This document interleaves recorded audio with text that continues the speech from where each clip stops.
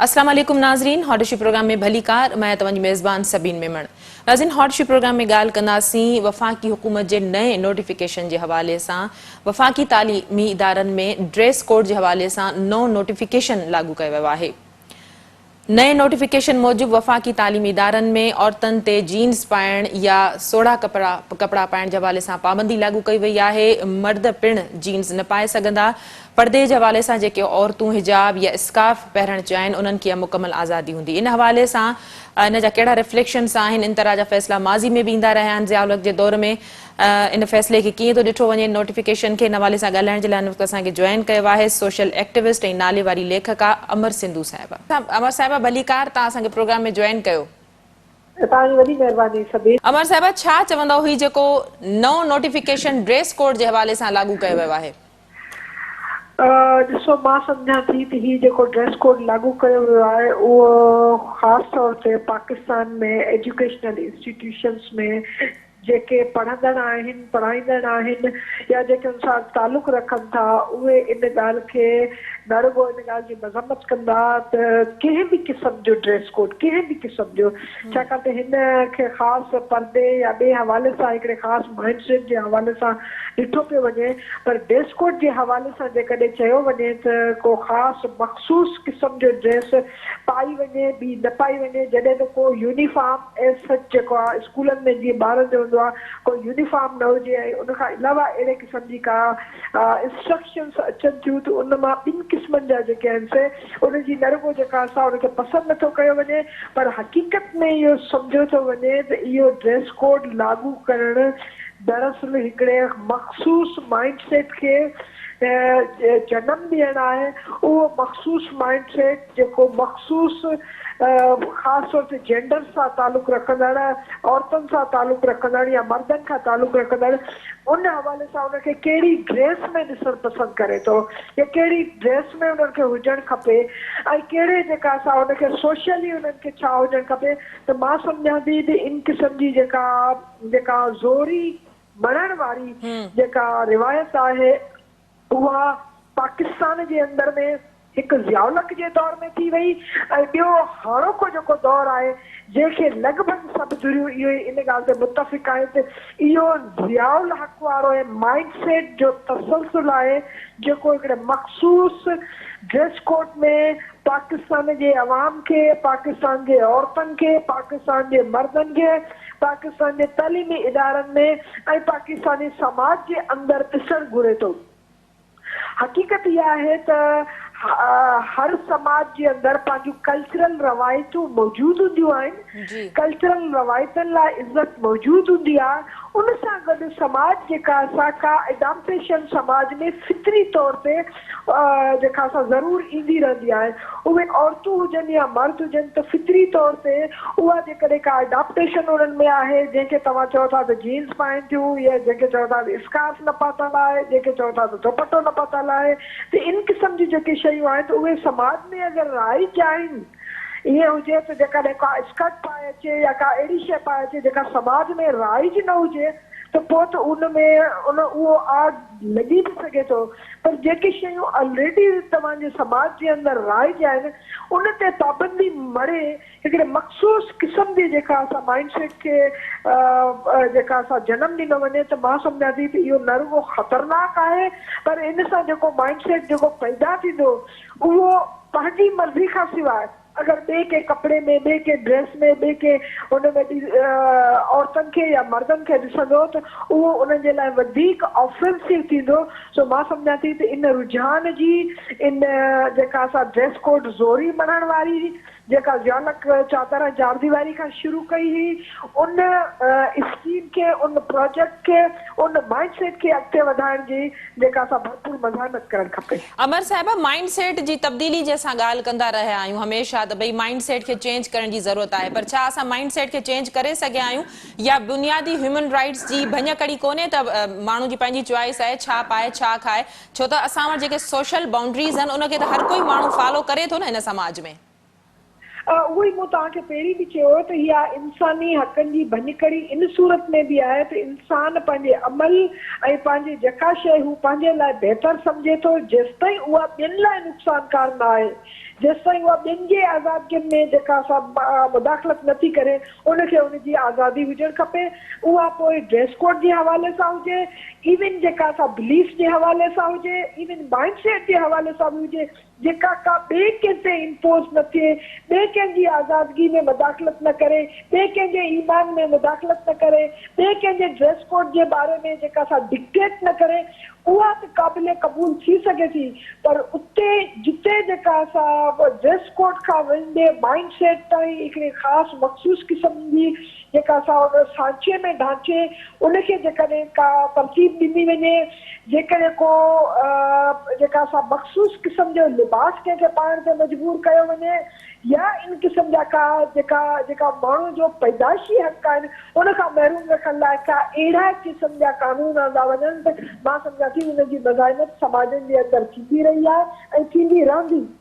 अमर साहब कहिड़ो रिफ्लेक्शन असां ॾियण जी कोशिश कयूं पिया, कहिड़ो तासुर आहे जेको अची असां समाज में पैदा करण जी छा अफगानिस्तान में इन तरह जी सूरत हाल आहे? असां ॾिठो 2 टे ॾींहं अॻु में जेका हिकिड़ी तस्वीर वायरल थी आहे, विच में पर्दो ऐं हिकु तरफ़ जेके आहिनि से छोकिरियूं आहिनि, हिकु तरफ़ छोकिरा, छा उहो रिफ्लेक्शन ॾियण जी कोशिश कई पई वञे? ॾिसो मां सम्झां थी त उहो उन ई माइंड सेट खे पैदा करण जी कोशिश कई वई आहे ऐं वधीक उन प्रोजेक्ट ते सख़्ती सां अमल कयो पियो वञे। मूं तव्हांखे जीअं अॻु में चयो त इहो प्रोजेक्ट ज़िया जी जेका सा सोकाल सियासी इस्लामाइज़ेशन आहे, मां सम्झां थी त हीअ जेका असां हिते बि तव्हां ॾिसो था त अॻे बग़ावत जा तरीक़ा सियासी हूंदा हुया ऐं ॿिया मुख़्तलिफ़ हूंदा हुया, जॾहिं त हाणे सियासत खां वधीक जेका सा तव्हां वटि वायबल जेको मीडियम आहे उहो सोशल मीडिया आहे, उहो इलेक्ट्रॉनिक मीडिया आहे। मिसाल जे तौर ते तव्हां इहो प्रोग्राम करे रहिया आहियो, उनजो मतिलबु आहे त समाज जे अंदरि को रिएक्शन आयो आहे, उन रद्द-ए-अमल खे ॾिसंदे ई तव्हां इन प्रोग्राम करण ते मजबूर आहियो।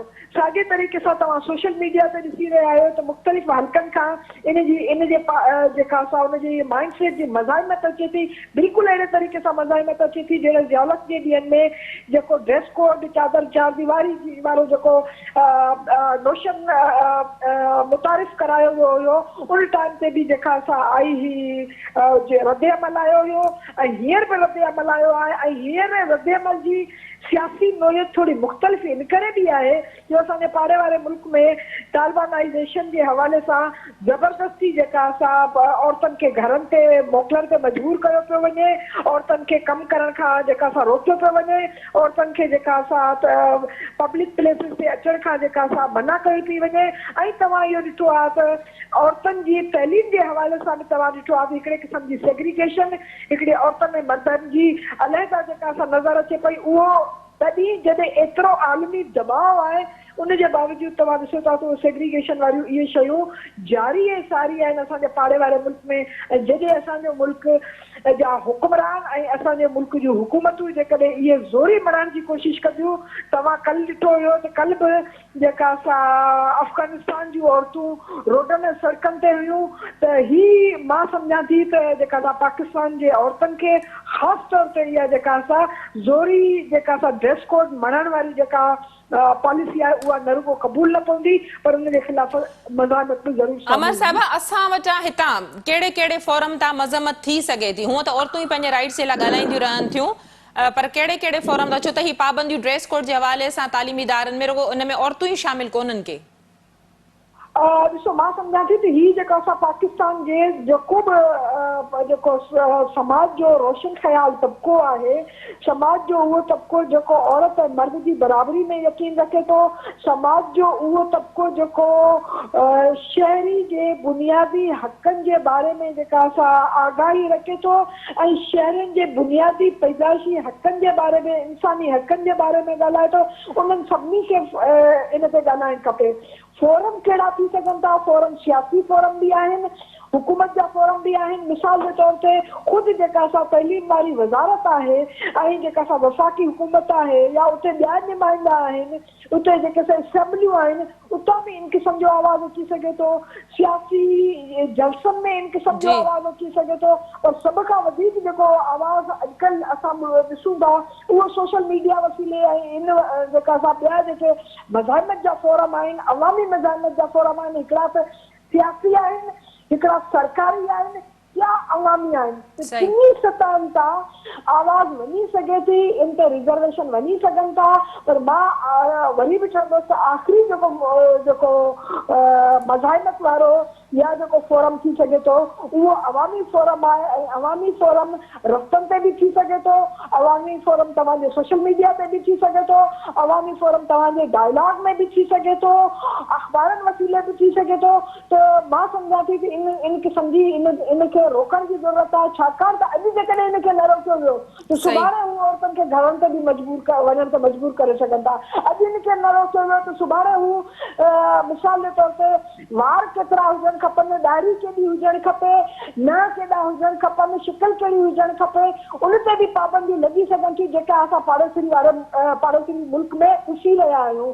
उन खां अलावा असां इहो ॾिसी सघूं था कि जीअं मुख़्तलिफ़ जेका असां इन निज़ाम जे अंदरि तव्हां ॾिठो त मूसीक़ी हराम करार ॾिनी वई, इन निज़ाम जे अंदरि ॾिठो त ॻाइणनि खे मारियो वियो, इन निज़ाम जे अंदरि ॾिठो वियो त जेका असां फनकारनि ते जेके हमला थिया उन्हनि खे जेका असां त इहो निज़ाम सिर्फ़ु हिन लिबास ते ई महदूद न रहंदो। अगरि जेकॾहिं इनखे इजाज़त ॾिनी वई त मां सम्झां थी त इहो पोइ सॼी जेका असां कंट्रोलिंग कंदो, उहा ज़ाती ज़िंदगी, ज़ाती ख़्वाहिश, ज़ाती चॉइस इंसान जी उनखे कंट्रोल कंदो। तंहिंजे करे उहा मज़ाहिमत औरतुनि ऐं मर्दनि सभिनी जे तरफ़ां अचणु खपे।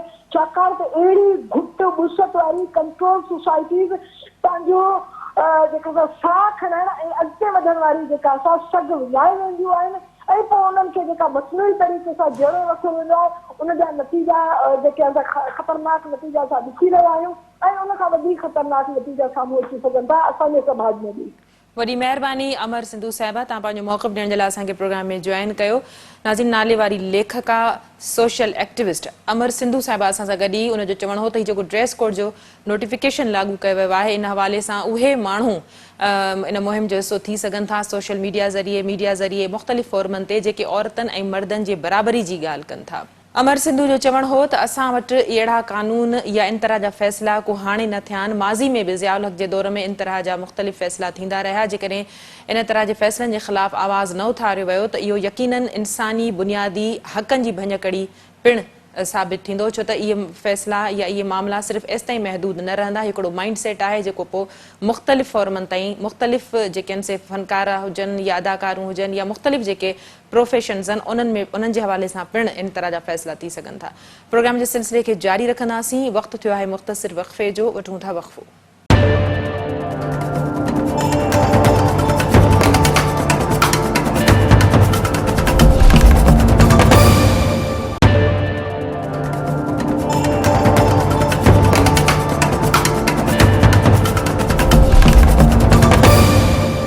वेलकम बैक नाज़रीन, प्रोग्राम जे सिलसिले खे अॻिते वधाईंदासीं। मुल्क में पाणी जी खोट जे हवाले सां जेकॾहिं ॻाल्हि कजे त सिंध वाहिद सूबो आहे जेको पाणी जी खोट खे तमामु शिदत सां फेस करे रहियो आहे। बलोचिस्तान या सिंध जे हवाले सां जेकॾहिं पाणी जी सूरत हाल जे हवाले सां ॻाल्हि कजे त केतिरे वक़्त खां सिंध में पाणी जी खोट जे हवाले सां दाऊं थींदियूं रहनि थियूं। पाणी जे हवाले सां सिंध हुकूमत मुख़्तलिफ़ फॉर्मनि ते एहतजाज बि कंदी रहे थी। CCI जे इजलास में पिणु इन तरह जा मामला उथारिया वञनि था। आपाशी जो सूबाई वज़ीर पिणु इन तरह जी हवाले सां इरसा खे ख़त लिखे थो। ताज़ो ई जेको आहे सो नवाब यूसुफ टालपुर पारां वज़ीर आज़म खे पाणी जी खोट जे हवाले सां ख़ासि करे सिंध में जेका सूरत हाल आहे उन हवाले सां आगाह कयो वियो ऐं चयो वियो त सिंध सां जेका पाणी जे मामले ते ज़्यादती थिए थी उहा न कई वञे ऐं इहा पिणु वफ़ाक़ी हुकूमत खे चयो वियो त इरसा जी होॾ जो नोटिस वरितो वञे जेका टीपे ऐं CJ कैनाल खे जेको आहे सो खोले छॾियो आहे। इन हवाले सां ॻाल्हाइण जे लाइ असांखे हिन वक़्तु अॻूणे सेक्रेटरी ऐं पाणी माहिर इदरीस राजपूत साहिब जॉइन कयो आहे। इदरीस साहिब भलीकार, तव्हां असांखे प्रोग्राम में जॉइन कयो।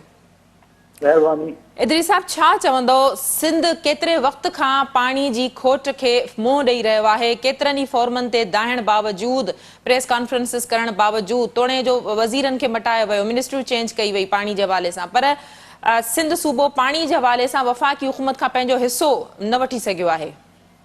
हा, इन मेन जेको कारण इहो ई आहे त असां काउंसिल ऑफ कॉमन इंटरेस्ट में इहो मसइलो जेको आहे पंहिंजो असांजो न उथारियो आहे। उथारे जो मतिलबु आहे त रिटन में इरिगेशन वारनि खां मां चेक कयो आहे त हुननि कोन लिखियो आहे, तंहिंजे करे जेको आहे उहो फ़ैसिलो नथा कनि। हींअर बि जेका आहे जेका कॉन्फ्रेंस थी CCI जी उन में जेको आहे पाणी जो मसइलो रखियलु हो पर जेको आहे पाणी जे मसइले ते जेको आहे हुननि ॻाल्हायो कोन। तंहिंजे करे हींअर प्रॉब्लम इहो आहे त भई असां हिकिड़ो त असां लिखियो कोन्हे ऐं ॿियो इहो त CCI वारा डिले था कनि हरू भरू। पर इदरी साहब सूबाई हुकूमत जो जेको मौक़िफ़ आहे जेको क्लेम आहे उहो त चए थी त असां ॻाल्हाइण चाहियूं था असांखे ॿुधो नथो वञे असांखे ॻाल्हाइण नथो ॾिनो वञे। तोड़े जो इरसा चेयरमैन आहे उहो बि सिंध सूबे जी ॻाल्हि ॿुधण खां लवाए थो जॾहिं त कुझु वक़्तु पहिरीं इरसा चेयरमैन पारां हिन ॻाल्हि खे एडमिट कयो वियो त वाक़ई पाणी जी विर्छ जे हवाले सां सिंध सां ज़्यादती थिए थी। हा बराबरि बिल्कुलु हुन इन चयो आहे। पर हाणे इरसा जो चेयरमैन तव्हांखे ख़बर आहे त हींअर जेको आहे सो मटिजे थो पियो। हाणे सिंध वारो चेयरमैन थींदो जी इंशाअल्लाह। पर हिन वक़्तु अञा ताईं त सिंध जो चेयरमैन न थियो आहे न फ़िलहाल त चेयरमैन जेको मौजूदु आहे न थियो आहे पर जल्दी मुंहिंजो मतिलबु आहे हिन महीने में थियणो आहे हुनखे। त इन दौरान जेके सिंध सां ज़्यादतियूं थियनि थियूं इदरी साहब पाणी जे हवाले सां उन्हनि जो अज़ालो कीअं कयो वेंदो? सिंध में ज़रात खे शदीद नुक़सानु पहुतो आहे जहिड़ी नाइंसाफ़ी हिन वक़्तु पाणी जी विर्छ जे हवाले सां कई वञे पई। बिल्कुलु सही आहे। इन में बराबरि हक़ीक़त आहे। जाते काथे ताऊं अचनि थियूं असांजे बदीन जे पासे खां अचनि थियूं असांजे कुंडरी खां अचनि थियूं असांजी लाड़काने शदाद चोट खां अचनि थियूं। बराबरि इहा जेका आहे शॉर्टेज बराबरि पाणी जी आहे ऐं माण्हुनि खे जेको आहे सो तमामु जेको आहे ज़रूरी ज़रात जे करे नुक़सानु थिए थो ऐं नंढपण बि जेको आहे इन करे थिए थो। पर इदरी साहब इहो त इंटरनल आहे न। सिंध सूबो त चए थो असांखे मथां खां पंजाब ऐं इरसा या वफ़ाक़ी हुकूमत मिली भगत करे असांखे पाणी घटि ॾियनि था। 91 वारे पाणी ठाह ते बि अमल नथो कयो वञे। केनालनि जे हवाले सां जेका सूरत हाल आहे पंहिंजी मर्ज़ी सां केनाल जेके आहिनि से वहाया था वञनि। हा बराबरि इन में आहे जीअं तव्हांखे ख़बर आहे त तौसा पंजत लिंक ऐं चश्मा झेलम लिंक इहे हलनि था पिया हींअर बि। हालांकि जेको आहे सो सिंध में जेका आहे पाणी जी खोट आहे। हालांकि जॾहिं पाणी जी खोट आहे त सिंध मां जेको आहे अच्छा ॿियो वरी इहो आहे त भई हुन में रबी जे लाइ बि पाणी स्टोर था कनि बंगला में उहो बि ग़लति आहे। उन करे जेको आहे असां वटि शॉर्टेज थी थिए त इहे ॻाल्हि सभु फैक्टर्स आहिनि त भई पंजाब जी तरफ़ां ॾाढा ई थिए थी ऐं उन में इरसा जी हुननि खे सपोर्ट हासिल आहे।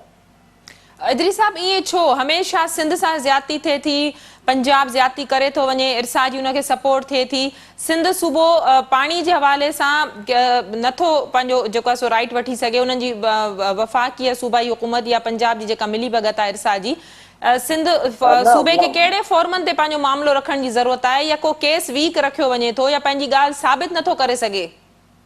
न इशू इहो ई आहे। मां जीअं ॿुधायां त काउंसिल ऑफ कॉमन इंटरेस्ट में इन जो फ़ैसिलो थियणो आहे। वज़ीर आज़म उनखे चेयर कंदो।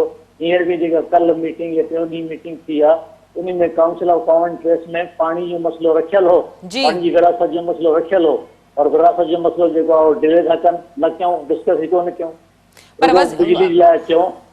इदरी साहब वज़ीर आज़म खे ख़त त लिखिया वञनि था वज़ीर आज़म खे आगाही त ॾिनी वञे थी त भई सिंध सूबे सां ज़्यादती थी रही आहे पाणी जे मामले में वज़ीर आज़म पारां त नोटिस नथो वरितो वञे। उहो सही आहे पर तंहिं हूंदे बि जेको आहे छो था डिले कनि? काउंसिल ऑफ कॉमन इंटरेस्ट वारा छो था डिले कनि? काउंसिल ऑफ कॉमन इंटरेस्ट जे हवाले सां जेकॾहिं तव्हां ॻाल्हि कयो था त उन में बि सिंध सूबो त इहो ई क्लेम करे थो त भई असांजी एजेंडा रखी नथी वञे। ॿियो अहिड़ो कहिड़ो फोरम आहे जंहिं ते पाणी जो मामिलो उथारे सघे थो सूबो? न ॿियो को फोरम आहे कोन। इरसा एक्ट मुताबिक़ जेको आहे उहो फोरम जिते माण्हू खे मतिलबु एतिराज़ आहे कंहिं बि सूबे खे जेकॾहिं एतिराज़ आहे उहो उन वटि काउंसिल ऑफ कॉमन इंटरेस्ट में रखी सघे थो मामिलो।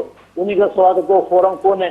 उन खां पोइ ॿियो फोरम आहे जेकॾहिं उहो तव्हांजे ख़िलाफ़ु फ़ैसिलो था ॾियनि त तव्हां जेको आहे काउंसिल ऑफ कॉमन इंटरेस्ट वारा जेके आहिनि उन जे अगेंस्ट जेको आहे तव्हां असेंबली में वञी सघो था मतिलबु नेशनल असेंबली में या सेनेट में वञी सघो था। पर उहो त पोइ जी ॻाल्हि आहे पहिरियों जेको आहे फ़ैसिलो त थिए न। अच्छा इदरी साहब इरसा चेयरमैन जी तब्दीली खां पोइ छा सूरत हाल ॾिसो था? पोइ इहे नाइंसाफ़ियूं घटि थी सघंदियूं सूबे सां?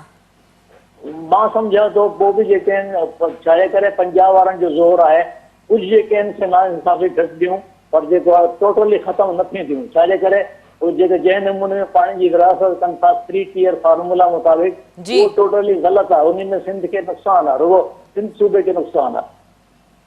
सही वॾी महिरबानी इदरीस राजपूत साहब तव्हां पंहिंजो मौक़िफ़ ॾियण जे लाइ असांखे प्रोग्राम में जॉइन कयो। नाज़रीन पाणी माहिर इदरीस राजपूत सां गॾु आहे हुनजो चवणो त 3 टियर फार्मूले जे हवाले सां जेका पाणी जी विरासत थी रही आहे उहा सरासर ग़लति आहे। पाणी माहिर इदरीस राजपूत जो इहो बि चवणु हो त सिंध सूबे खे इहो मामिलो CCI जे फोरम ते खणण जी ज़रूरत आहे। वाइड फोरम आहे जिते पाणी जे मामले ते ॻाल्हाए सघिजे थो उन खां पोइ इहो मामिलो जेको आहे सो असेंबलियुनि ताईं पहुची सघे थो। पाणी माहिर इदरीस राजपूत जो इहो बि चवणु हो त हाणे वारे CCI जे इजलास में पिणु इन मामले खे न खयो वियो। यकीनन पंजाब जेकॾहिं इरसा चेयरमैन जी तब्दीली बि थिए थी, सिंध जो मां चूंड थिए थी चेयरमैन जी, पर उन बावजूद पंजाब पंहिंजी होद बरक़रार रखंदे पाणी जे मामले में अॻियां बि नाइंसाफ़ी करे सघे थो। प्रोग्राम जे सिलसिले खे जारी रखंदासीं। वक़्तु थियो आहे मुख़्तसिर वक़फ़े जो, वठूं था वक़फ़ो।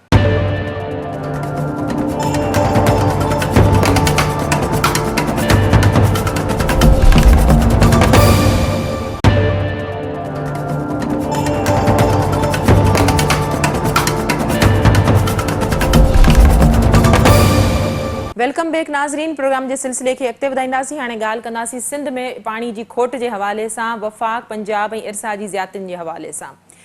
इन हवाले सां ॻाल्हाइण जे लाइ असांखे जॉइन कयो आहे नवाब यूसुफ टालपुर साहब। टालपुर साहब भलीकार, तव्हां पंहिंजो मौक़िफ़ ॾियण जे लाइ असांखे प्रोग्राम में जॉइन कयो। टालपुर साहब, शदीद पाणी जी खोट, सिंध सां ज़्यादतियूं, तव्हां पारां वज़ीर आज़म खे इन हवाले सां ख़त बि लिखियो वियो आहे, छा चवंदव?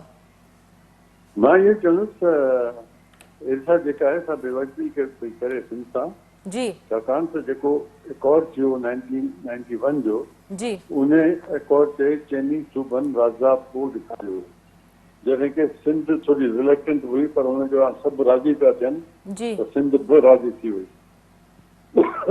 ऐं हीअ चइनी कमेटी जी मीटिंग कई हुई, उन में इरसा वारनि खे घुरायो ऐं इरसा वारनि खे चयमि त भई तव्हां एकॉर्ड जी छो नथा पैरवी कयो। जी हुननि चयो त असां उनजी पैरवी करे रहिया आहियूं। मूंखे ॿुधायो 3 टियर जो फॉर्मूलो जेको तव्हां इस्तेमालु था कयो, हीअ एकॉर्ड पियो हिन में किथे लिखियलु आहे 3 टियर फॉर्मूले सां हलंदा। चई न, इहो सी असां खणंदा आहियूं ओॾी महिल जेॾीमहिल असांखे ज़रूरतूं मिलंदियूं आहिनि, ज़रूरत जे हिसाब सां। मुंहिंजो ज़रूरत जे हिसाब सां जी ॻाल्हि आहे न, ॻाल्हि त सिधी इहा पई आहे त हीउ पंहिंजो जेको बि आहे जी लिखियल हिन में पैरा 2 में, त बाबा जेका पाणी जी खोट आहे, पोइ ठीकु आहे, हिकिड़ी कुदरती ॻाल्हि आहे, पर उनखे बराबरी जी बुनियाद में हर सूबो खणो। तव्हां उहा खोट जेका आहियो, तव्हां सिंध खे 3% था ॾियो, पंजाब खे 15% था ॾियो, बलोचिस्तान खे ॾियो ई कोन था, फ्रंटियर खे कान थी मिले। इहा हिकिड़ी बेवाजिबी आहे। सो उन्हनि चयो त न, असीं जेका ज़रूरत हूंदी आहे उन बुनियाद ते हलंदा आहियूं। इहो एकॉर्ड जे ख़िलाफ़ु आहे। एकॉर्ड जेको आहे आइन जो हिकु हिसो आहे। पोइ नेचुरली हुननि जॾहिं ॻाल्हि स्टैंडिंग कमेटी में, स्टैंडिंग कमेटी जी न मञी, छाकाणि त स्टैंडिंग कमेटी जेकी हूंदी आहे जी त पार्लियामेंट जूं आइज़ ईयर्स हूंदियूं आहिनि, अखियूं ऐं कन, त पोइ ॿियो कोई ऑप्शन कोन हो त मां पार्लियामेंट जो इजलास थिए थो, पार्लियामेंट जे इजलास में खणा हिन खे ऐं प्राइम मिनिस्टर खे इन शइ खां वाक़िफ़ कयां। प्राइम मिनिस्टर खे लेटर लिखियो जंहिंमें मूं पोइ पूरा डिटेल लिखिया त सिंध खे हर साल केतिरी शॉर्टेज ॾिनी वञे थी। हिन साल जेका मीटिंग थी उन में क्लियरली असांखे चई वियो, असांजो चेयरमैन त असीं वायलेशन कंदासीं ऐं असां पंहिंजे हिसाब सां पाणी हलाईंदासीं। इहो त मुंहिंजो त तव्हांखे इरसा ठहियो ई आहे 91 जे एकॉर्ड जे तहत। 91 जे एकॉर्ड में किथे बि इहो लिखियलु कोन्हे त तव्हां पंहिंजी मनमानी करे सघो था। इहा वायलेशन ऑफ कॉन्स्टिट्यूशन आहे, या जाती पिया कयो, जाती न कयो। जॾहिं ॻाल्हि हुन न मञी, हिनखे न मञनि ई पोइ वरी जेके फ्लड कैनाल्स आहिनि, किस्मा जेरम लिंक ऐं TP, इहे बि खोले छॾींदा आहिनि। त मूं वटि ॿियो को ऑप्शन कोन हो, घटि में घटि मां प्राइम मिनिस्टर खे हिन शइ में इन्वॉल्व कयां ऐं उनखे चवां त असांजी मदद लाइ अचे। टालपुर साहब, प्राइम मिनिस्टर खे इन्वॉल्व करण सां तव्हां सम्झो था त सिंध जी दादरसी थी सघंदी या पाणी जी खोट जे हवाले सां को तदारुक थी सघंदो? जेकॾहिं न थी सघंदो ॿियो रस्तो कहिड़ो आहे मूं वटि, ॿुधायो ॿियो रस्तो कहिड़ो आहे? सही, को रस्तो कोन्हे। तंहिंजे करे प्राइम मिनिस्टर पाकिस्तान जो आहे ऐं पोइ दफ़े बि मां हिकिड़ो ख़त लिखियो हुनखे कुझु महीना अॻु। उन्हनि मूं वटि ख़त जो कॉग्निजेंस वरितो हुउसि ऐं वठी मीटिंग कॉल कई हुउसि ऐं उन खां पोइ कुझु बहितरी आई। हीअं वरी लिखियो अथमि त उमेद त असांखे इहा ई आहे त प्राइम मिनिस्टर आहे, पाकिस्तान जो प्राइम मिनिस्टर आहे, सियासत पंहिंजी जाइ ते हूंदी आहे, जमायतूं पंहिंजी जाइ ते हूंदियूं आहिनि, त हीउ हिकिड़ो नेशनल लॉस थींदो। हिकिड़ो नेशनल लॉस जेको थींदो त उन नेशनल लॉस जे हवाले सां ऐं कॉन्स्टिट्यूशन जे वायलेशन जे हवाले सां यकीनन कुझु न कुझु कंदो। तालपुर साहब, छो वफ़ाक, इरसा या जेको आहे सो पंजाब सिंध जे अंगनि अखरनि खे पाणी जी शॉर्टेज जे हवाले सां डिनाए कंदो रहियो आहे ऐं सिंध पारां बार बार इहो मौक़िफ़ रखियो वेंदो आहे त भई सिंध पाणी जी शदीद खोट खे फेस थो करे, 91 अकाड़ तहत पाणी जी विरासत नथी थिए। सिंध जो मौक़िफ़ मज़बूत कोन्हे या ॿुधी अणॿुधी कई थी वञे, छा सबबु थी सघे थो? छा त सिधी सी ॻाल्हि आहे, हू अपर रिपेरियन आहिनि, असीं लोअर रिपेरियन आहियूं। अपर रिपेरियन जेके आहिनि पंहिंजी मर्ज़ी ते पाणी वठनि था ऐं पंहिंजी मर्ज़ी ते हलाइनि था ऐं उते जेके अॼुकल्ह कर्ता धर्ता आहिनि सिधी अपर रिपेरियन जा आहिनि, असीं लोअर रिपेरियन जा माण्हू आहियूं ऐं लोअर रिपेरियन सिंध आहे।